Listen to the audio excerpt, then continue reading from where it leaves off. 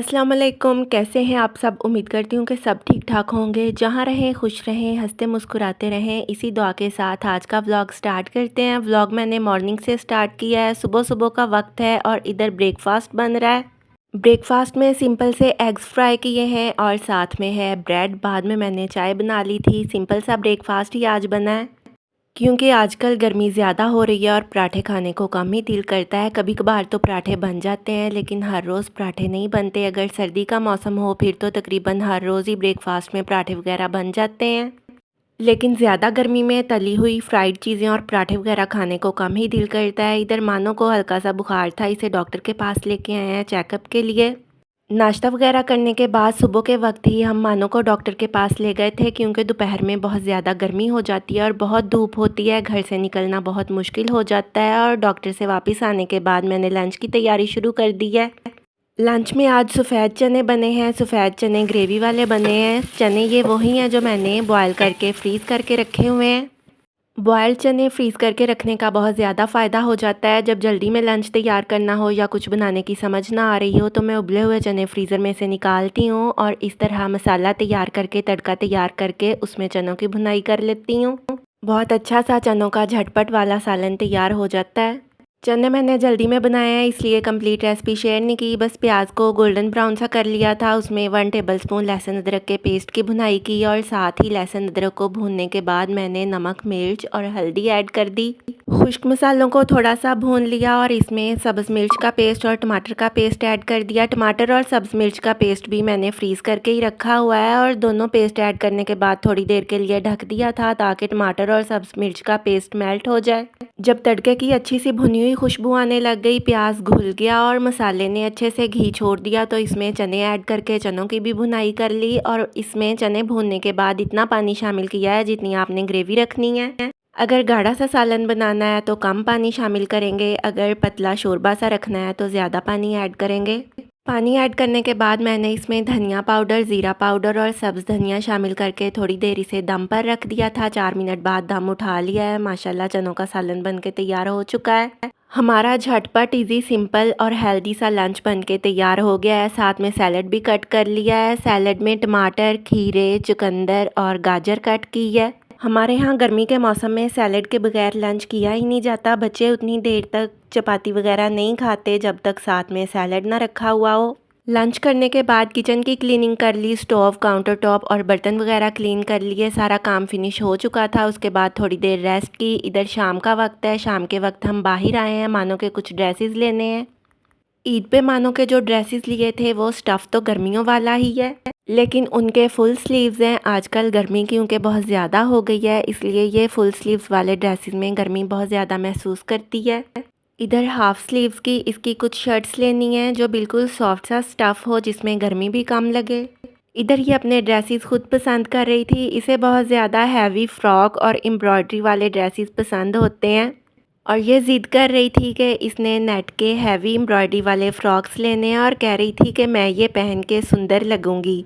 लेकिन मैंने इसे हल्की एम्ब्रॉयडरी वाला लॉन का फ़्रॉक और कुछ शर्ट्स अपनी पसंद से ही लेके दी हैं। बच्चियाँ ज़्यादा एम्ब्रॉयडरी वाले फ़्रॉक्स और शर्ट्स वगैरह देख के अट्रैक्ट होती हैं और फ़ौरन से ले तो लेती हैं ज़िद करके, लेकिन बाद में 1-2 दफ़ा पहनने के बाद ही कहती हैं कि हमारे कढ़ाई चुभती है, हम नहीं पहनेंगे। किसी फंक्शन वगैरह के लिए तो बच्चों के हैवी ड्रेसेस, एम्ब्रॉयडरी वाले फ़्रॉक्स वगैरह लेने ही पड़ते हैं, लेकिन घर में पहनने के लिए बच्चों के बिल्कुल सिंपल ड्रेसेस लेने चाहिए जिसमें बच्चे इजी और कंफर्टेबल रहें और गर्मी भी कम लगे। अब मेरी कोशिश होती है कि किसी फंक्शन पे या शादियों वगैरह पे बच्चों के ऐसे ड्रेसेस लिए जाएं जो बच्चे फंक्शन पे पहनने के बाद घर में भी इजीली पहन सकें। क्योंकि मेरी जो मानो से बड़ी बेटियां हैं उनके काफ़ी हैवी एम्ब्रॉयडरी वाले नेट के फ़्रॉक्स वगैरह वार्डरोब में ऐसे ही पड़े रहते हैं जो ये किसी फंक्शन पे लेती हैं और एक दफ़ा पहनने के बाद उन्हें अलमारी में रख दिया जाता है। इसलिए बेहतर यही है कि बच्चों के ज़्यादा हैवी और ज़्यादा एम्ब्रॉयडरी वाले ड्रेसेस ना लिए जाएं, बल्कि मुनासिब प्राइस में ऐसे ड्रेसेस लिए जाएं जिसमें बच्चे इजी और कंफर्टेबल महसूस करें और आम तौर पे घर में भी पहन सकें। जब मेरी बड़ी दोनों बेटियां भी अभी छोटी थीं तो मुझे शॉपिंग वगैरह करने का इतना एक्सपीरियंस नहीं था, लेकिन वक्त के साथ साथ पता चल जाता है कि कौन सी चीज़ ज़्यादा पायदार है और किस तरह हम अपने बजट में रहते हुए मौसम के हिसाब से बच्चों के ड्रेसेस की शॉपिंग वगैरह कर सकते हैं। मैं एक ही दफ़ा में गर्मियों की सारी शॉपिंग नहीं करती, थोड़े-थोड़े दिन के गैप से 2-3 दफ़ा बाज़ार जाके बच्चों के कपड़े लेके आती हूँ। आज मानो के ड्रेसेस लिए हैं, थोड़े दिन बाद फिर बाकी दोनों बड़ी बेटियों के ड्रेसेस लेने हैं गर्मियों वाले। क्योंकि ईद पे बच्चों के गर्मियों वाले ही ड्रेसेस लिए थे, ईद पे भी गर्मी थी इसलिए लॉन के ड्रेसेस लिए थे। इनके तो ज़्यादा ज़रूरत महसूस नहीं हुई अब, क्योंकि ज़्यादा गर्मी आ चुकी है तो इनके 2-2 3-3 ड्रेसेस और लेके स्टिच करवाऊँगी। हम शाम के वक्त बाज़ार गए थे और वापस आते हुए रात हो गई थी, अंधेरा हो गया था, रोशनी कम थी, इसलिए मैंने आपको मानो की शॉपिंग नहीं दिखाई। ये अगला दिन है यानी नेक्स्ट डे।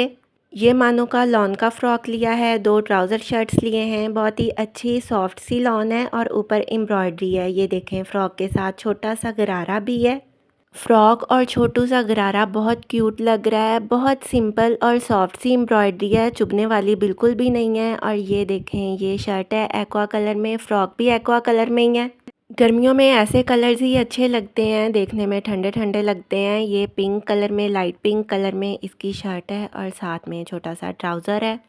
ये 3 ड्रेस है मानो के। ये एक बास्केट ली है मैंने, ये किचन के लिए ली है, फ्रूट्स वगैरह या सब्जियां रखने के लिए। इधर मैंने वॉशिंग मशीन भी लगाई हुई है, बेडशीट मैंने अभी चेंज की है। इधर पहले डार्क ब्लू वाली बेडशीट थी, वो धोने के लिए रख दी है। बहुत ही सॉफ्ट स्टफ़ है और मैंने मानो कि ये शाम के वक्त पहना भी दिया था, बहुत खुश थी इसे पहन के। सर्दियों के ड्रेसेस की शॉपिंग हो या गर्मियों के ड्रेसेस की, जब एक ही दफ़ा हम सब घर वालों की शॉपिंग करते हैं तो एक तो हस्बैंड पे बोझ पड़ जाता है और दूसरा बजट आउट हो जाता है।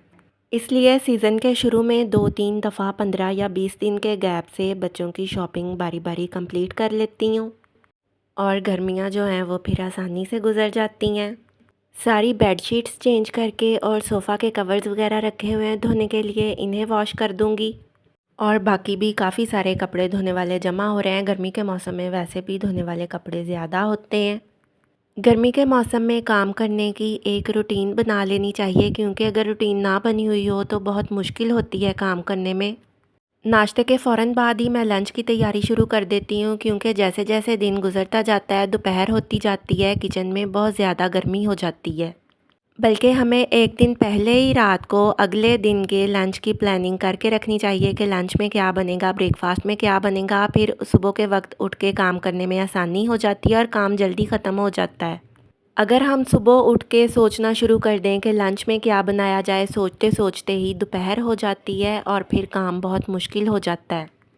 इधर बेडशीट्स और सोफ़ा कवर्स वगैरह मैंने मशीन में वॉश किए हैं और लॉन के जो नए कपड़े होते हैं उन्हें ज़्यादातर मैं हाथ से ही धोती हूँ, क्योंकि लॉन के कपड़े मशीन में बहुत जल्दी ख़राब हो जाते हैं।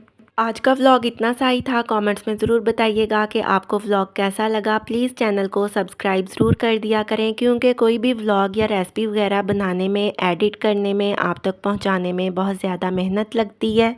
बेल आइकन को भी प्रेस कर दिया करें ताकि आने वाले व्लॉग्स और रेसिपीज़ वगैरह के नोटिफिकेशंस आप तक बर वक्त पहुँचते रहें। दुआओं में याद रखिएगा। अल्लाह हाफिज़।